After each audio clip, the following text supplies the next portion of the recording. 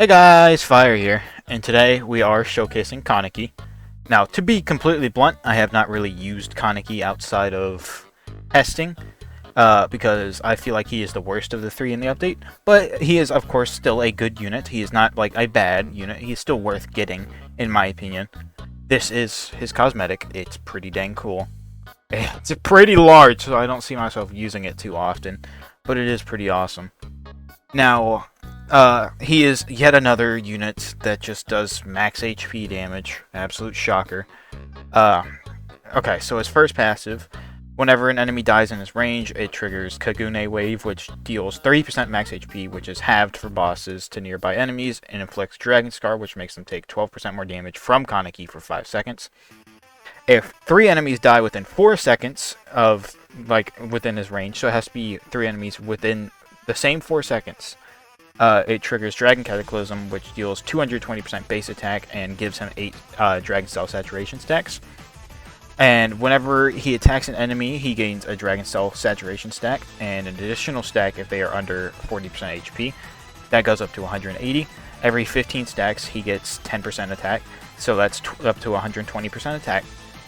At 50 stacks, he inflicts Corrupted Flesh on attack, which causes enemies to lose stack amount percent HP, which would be like if you have all 3 stacks down.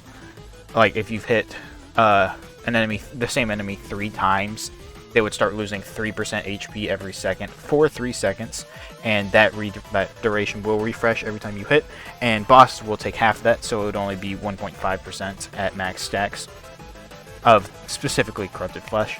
At 100 stacks of the Dragon Cell Saturation, he will inflict internal rupture after attacking 3 times the same enemy 3 times, and that will deal 5% max HP with a 7-second cooldown. And at 150 stacks, he gains 40% attack, and every 20 stacks beyond 100 grant an additional 5% attack. Since that is a cap of 50, that would only be I think that would only be an additional 10% attack, because it does cap out. Oh wait, no. Okay, my bad. It would not be an additional 50. It would just be an additional 20% attack. So it's 60% attack total from that. And then he also cannot be stunned, just like Ainz and Rimuru. Now, I do have the Seraphim Judicator, which is 200% bonus damage to bosses. I'm going to take him into the Shinra stage first, just like I did with Ainz's showcase yesterday. Well, even though I did Broly's stage for the Ainz one, I'm still going to take him specifically into the Shinra, because that's what's on right now. And if the Shinra one goes decently well, I might take him into the Kurumi stage instead. But depending on his performance in the Shinra stage, we might just do the Shinra stage, and that will be all. I will go ahead and cut into the stage, and I'll see you guys there. Okay guys, we're here in the Shinra stage. Now again, if Kaneki performs well here, we will go ahead and take him into the Kurumi stage. But I'm not going to say I 100% will, because we don't know. Well, I don't know how well Kaneki specifically will perform here. I may support him with Blast, just to see. But for now, I will place just the 2 Kanekis and see how well they perform here. The SPA reduction is not going to be a big deal, but the send back to spawn will be. And honestly, it is looking like it might be over already. Yeah. I'm not gonna lie, I'm not very impressed by that. I will go ahead and just place the couple blasts then. Should hopefully send back to spawn. If not, it might genuinely be over. Okay, no. There we go. But if need be, whenever Shinra spawns, I will pop these abilities. But let's go ahead and go over what these abilities do, because we have a minute. The first one, while active, Kaneki deals 999% attack to all enemies on the stage, so it's a global nuke, pretty standard.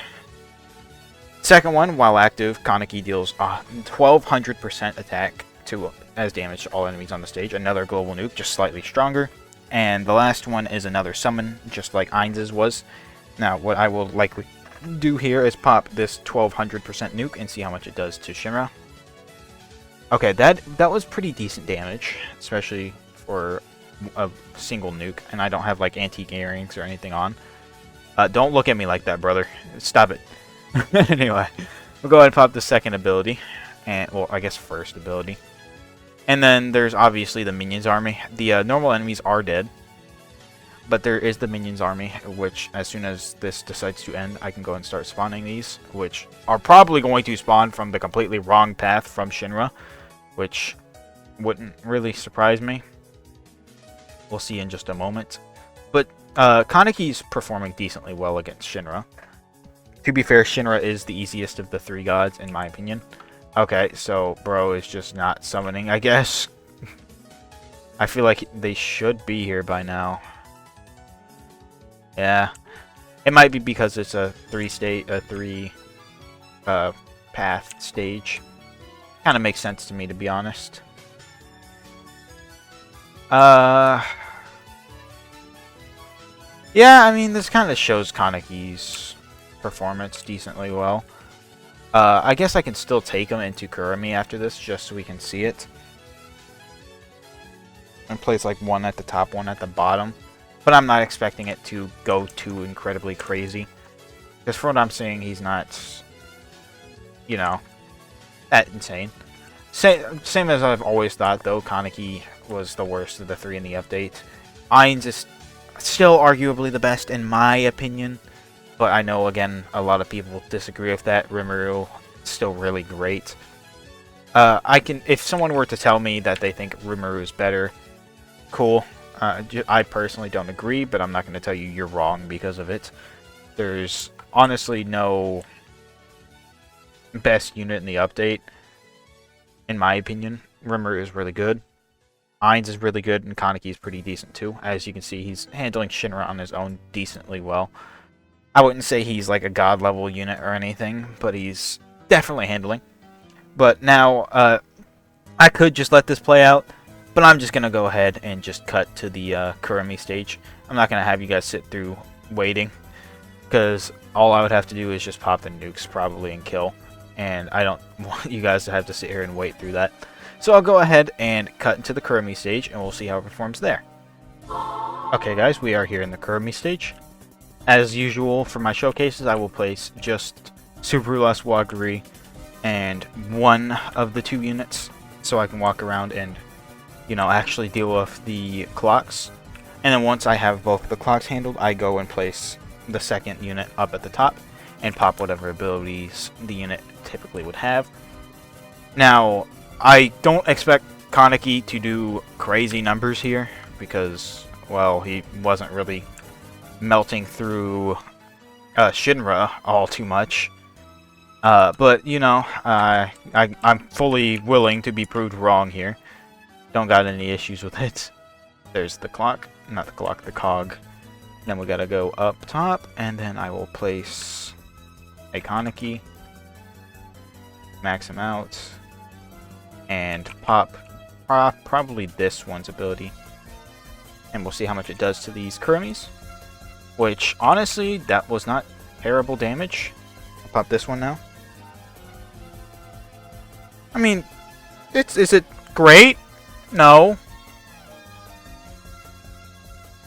Hello. There we go. But yeah, is it great? No.